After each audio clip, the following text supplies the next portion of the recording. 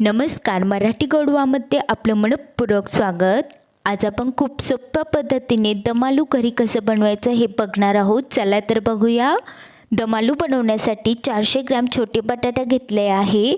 आता यांना अर्धवट शिजवून घेऊया। एका भांड्यामध्ये पाणी टाकलं आहे, बटाटे टाकूया, झाकण ठेवून 3 ते 4 मिनिटे शिजवून घेऊया। कुकरमध्ये शिजवत असाल तर एकच शिट्टी करून घ्या, जास्त शिजवून नाही घ्यायचे, म्हणजेच मऊ करून नाही घ्यायचे। याला 3 कांद्यांना चिरून घेतला आहे, त्याची पेस्ट बनवून घेऊया। 2 मोठे टोमॅटो चिरून घेतले आहे, त्याची प्युरी बनवून घेतली आहे। थोडंसं लसूण ठेचून घेतलं आहे। एका वाटीमध्ये मसाल्याची पेस्ट बनवून घेऊया।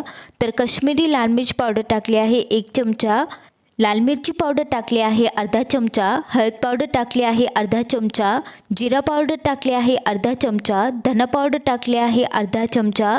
थोडंसं पाणी टाकून याला चांगलं मिक्स करून घेऊया व याची पेस्ट अशा प्रकारे तयार आहे।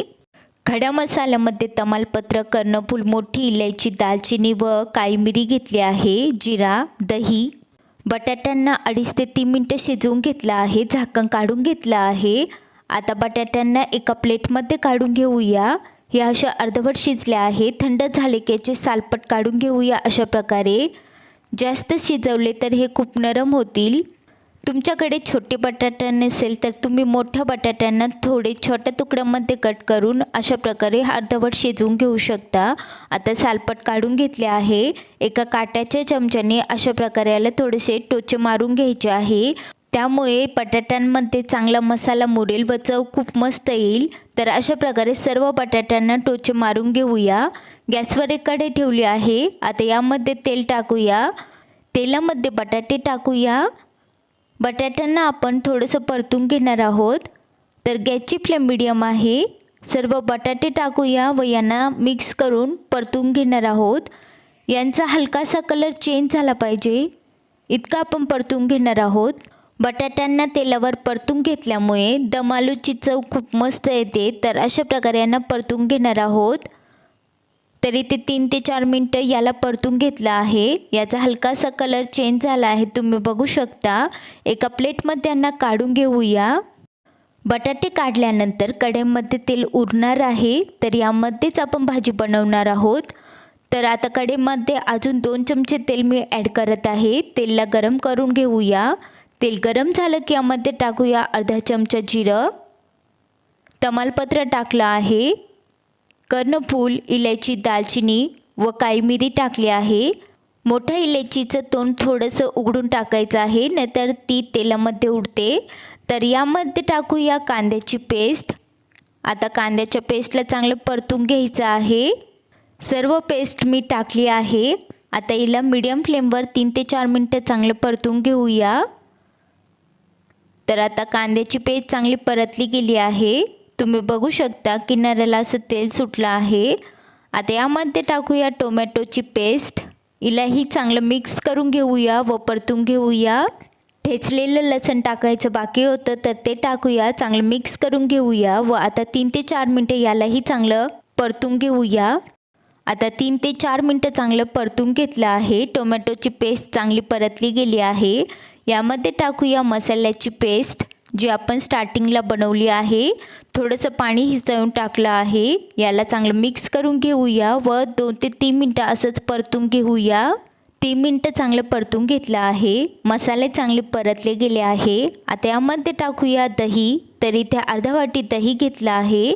दही खूप आंबट नको, तर इथे दही टाकलं आहे। याला चांगलं मिक्स करून घेऊया।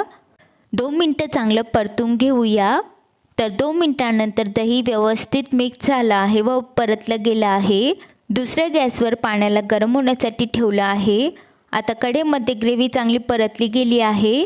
यामध्ये टाकूया परतलेले बटाटे। 2 हिरव्या मिरच्यांना मधून कट लावून घेतला आहे, ते टाकूया। बारीक चिरलेली कोथिंबीर टाकूया, चांगलं मिक्स करून घेऊया।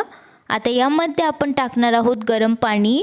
गरम पाणी टाकल्यामुळे भाजी लवकर बनते, तर इथे 1 ते 1.5 ग्लास पाणी टाकलं आहे। एकदा मिक्स करून घेऊया। तर हे घट्टसर आहे, आपल्याला बटाट्यांना चांगलं शिजवून घ्यायचं आहे। तर अजून 1-1.5 ग्लास पाणी ॲड केलं आहे। थोडं जास्तच पाणी लागतं कारण की बटाट्यांना शिजवून घ्यायचं आहे। 1 ते 1.5 चमचा मीठ टाकलं आहे, तुम्ही तुमच्या चवीनुसार टाका। यामध्ये टाकूया गरम मसाला अर्धा चमचा, ज्यामुळे खूप मस्त चव येते. मिक्स करून घेऊया व आता याला चांगले शिजू देणार आहोत. तुम्हाला झाकण ठेवायचं असेल तरी झाकण ठेवून याला शिजवून घेऊ शकता. तर मी याला असंच शिजवून घेत आहे व मधून मिक्स करत आहे. तुम्ही याला झाकण ठेवून शिजवत असाल तर मधून मिक्स करायचं आहे झाकण काढून. तर इथे आपल्याला 8 ते 10 मिनटं चांगले शिजवून घ्यायचं आहे बटाटा शिजेपर्यंत. टाकलेलं पाणी चांगलं आटलं गेलं आहे व बटाटाही चांगली शिजली गेले आहे. इथे दम आलू तयार आहे. तुम्ही बघू शकता याचा कलर किती मस्त आला आहे व एकदम मस्त अशी हॉटेलसारखी दम आलूची भाजी तयार आहे. एका सर्विंग बाउलमध्ये याला काढून घेऊया. ही भाजी तुम्ही कोणत्याही पराठ्यासोबत खाऊ शकता, चपातीसोबत खाऊ शकता किंवा जिरा राईससोबत खाऊ शकता. खूप मस्त लागते. तर आज आपण खूप सोप्या पद्धतीने दम आलू बनवले. तुम्हीही नक्की ट्राय करा. तुम्हाला ही रेसिपी कशी वाटली कमेंट करून नक्की सांगा. तुम्हाला हा व्हिडिओ आवडला असेल तर लाईक, शेअर, कमेंट करा आणि प्लीज मराठी गोडवा चॅनलला सबस्क्राईब करा. व्हिडिओ बघितल्याबद्दल धन्यवाद.